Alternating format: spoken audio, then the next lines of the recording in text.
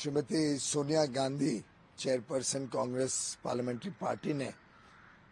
एक पत्र लिखा है जिसका अभी अभी जवाब संसदीय कार्य मंत्री श्री प्रहलाद जोशी जी ने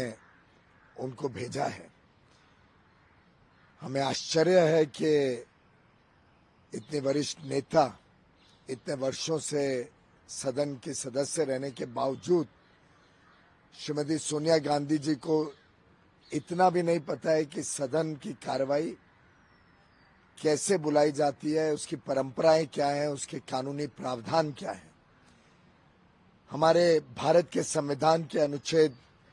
85 में स्पष्ट रूप से प्रावधान बना है कि माननीय राष्ट्रपति महोदय जो parliamentary affairs committee of the cabinet होती है उसके सुझाव पर सदन का सेशन बुलाती हैं। उस सत्र में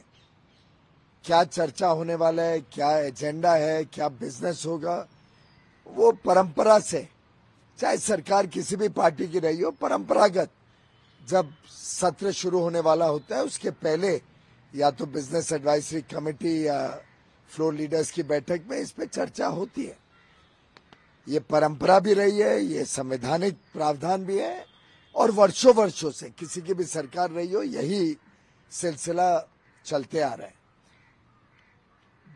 बहुत ही दुख की बात है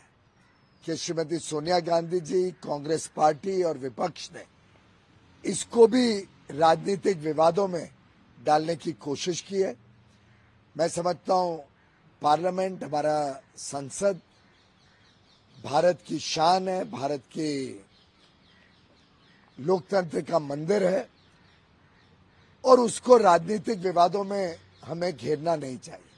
कांग्रेस की हमेशा एक कोशिश रहती है कि सभी जितनी परंपरागत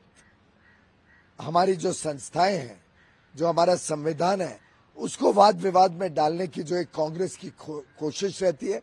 उसकी मैं घोर निंदा करता हूं और माननीय सोनिया गांधी जी से आग्रह करता हूं कि इस सदन के सत्र में उनकी पार्टी भाग ले, सत्र में सुचारू रूप से चर्चा हो, अलग अलग विषयों पे चर्चा हो और डायलॉग, डिस्कशन, डिबेट के माध्यम से देशहित जनहित के कार्यों में विपक्ष भी सरकार का सहयोग दे। उन्होंने कुछ विषय अपने पत्र में उजागर किए हैं। इन सब विषयों के ऊपर तो जब अविश्वास प्रस्ताव सदन में चर्चा हो रहा था, इस पे पूर्ण रूप से उन्होंने भी विषय उठाए और सरकार ने भी उचित और ठोस जवाब विपक्ष को दिया। जनता पूरी तरीके से अवगत है, कांग्रेस पार्टी के पास कोई विषय नहीं है, वो विषयहीन है और आज के दिन सिर्फ और सिर्फ देश को बांटने के बयान देती है। देश में अलग अलग प्रकार से वाद और विवाद फैलाने के अलावा और कोई काम में कांग्रेस पार्टी आज लगी नहीं है। मैं आग्रह करूंगा कि कांग्रेस और विपक्ष इस सदन की कार्रवाई में अच्छे तरीके से भाग ले और विवादों में ना इसको उलझाने की कोशिश करें।